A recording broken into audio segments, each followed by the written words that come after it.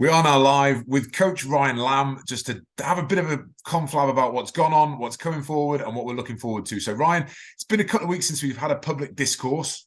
First and foremost, the Rosslyn Park game. How proud of you were you with that game?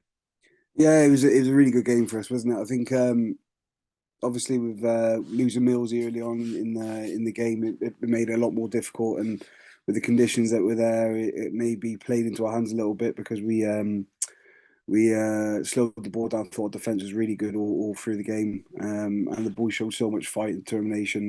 It was great to get over the line. We've lost a few games like that maybe in the past, so it was really nice to be in that arm wrestle against a really good side as well in Roslyn Park and be able to come out on top. So massive credit to the boys, and it was a really good day. And there was a pivotal moment that was actually shown to me by Max on the replay. There was a bit of kick tennis. The long kick went in. Jack Oulton got his positioning slightly wrong in the wind, caught the ball one-handed, akin to sort of the mercurial Ryan Lamb in his pomp, Yeah, offloaded to Tom Putt, who then put a 50-22 in, and from yeah, those resultant line-outs, we got the try. I mean, that was a pretty special moment in the game.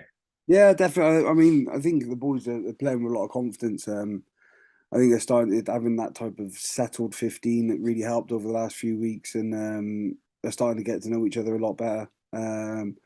Our processes are in place really, and understanding. Obviously, we got some really skillful and talented players in the squad, and that's what we're trying to make them do is back themselves a little bit more now. We're pretty confident in what we want to do in certain areas of the field, but we've got some really good individual talent, and that's just one example. I think Jack did and Putz did in the game. And then stepping forward, you obviously mentioned being settled and being together. Uh, Illness ripped through the squad last week. Yeah. And it was sort of it was reminiscent to a bit of tail end of last season. Who's fit, who can play. You must have had your abacus and your set square out selecting the team as Normal bodies were stuff, dropping mate. on Saturday Normal, morning. that's normal stuff in Albion on Saturday. No, I mean to be fair, I think everyone's been struggling with it, hasn't it? It's I was pretty ill as well, to be fair, in the week, and I wouldn't have been looking forward to running around too much. But I think yeah, losing Dan Collier early, Jack Alton as well, and obviously Jez in the morning of the game. You got to swap around a lot of positions. I think Angus did his best. I think he was training all week in the back row, and then he ends up going into the second row, and obviously a different profile player. And so it was you're trying to juggle around a lot of things, but again, I mean we got a fair few things wrong in the game, where what we've done well previously, but I mean the effort and the endeavour of the boys is always there, which is massive for us. That's what we spoke about the week. We want to put an Albion performance in. We're a bit flat maybe when we started off, but I mean, there were certain factors that were attributed to that. So I mean, we kind of parked up a little bit. I had a look on Tuesday, the things that we could have done a lot better in terms of our processes and things like that. But I mean, we're kind of parking that up because we know we're a lot Well, better. 14 points in the first 4 minutes as Yeah. guys are getting used to each other. Completely different game after that as they settled. And then obviously chasing the losing bonus point, they get the runaway just to Yeah, rub a bit of I salt in the think wound. Mosley played well as well. To be honest, I think they had they played some really good rugby at the start of the half. They come out high tempo. They're a big pack, and we spoke about if they get momentum, they're difficult to stop. And I don't think our collisions were anywhere near as big as they've been over the last few weeks. We lost that gain line battle in the first 10, 15 minutes, and then we spoke about if we let them get momentum, we're going to be in an arm wrestle, and that's what it turned out to be. And to all credit to Mosley, I'll be honest, I don't really think that when it's 21-7, we had a couple of opportunities, but I think they controlled the game pretty well. And it was a good learning game. As I said, I think we're at a time of our progression where we're going to get really good performances, and then we're going to dip down, and then kind of maybe be a little bit inconsistent. But I think we were 4 wins out of 6 or 4 wins out of 5, playing Yeah, really really we're well. looking sharp.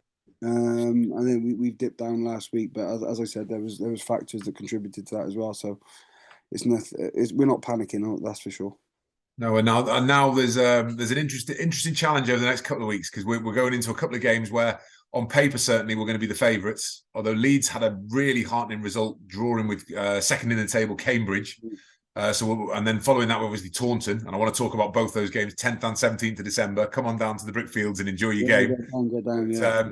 from your perspective, we'll just look at Leeds. What are we expecting this weekend? They're a really good side, mate. They've improved a lot from last year. They're a really mobile pack, some decent athletes in it, and they like to throw the ball around a little bit. So they're a bit unstructured, but they got some really good players in their team. So we got to be on our mettle. I think if we again, if we give them easy field position or we kick loosely to them, they're a really dangerous side. So we got to be we've got to be pretty solid, I think, coming out of our half. But I mean, we could do that by running or kicking. So we've got a lot of options in the side. I think with Connor coming in as well with his big left peg, we can use him a little bit more. And he's got a really good ball playing 12. So it's exciting times. We're just trying to build things at the moment. And as I said, lads are getting used to each other. But Leeds offer a different challenge to Moseley last week. And it's one that we're really looking forward to. And it's nice to be back at home. And as you said, to be in front of our home supporters and get as many people down there as possible would be fantastic.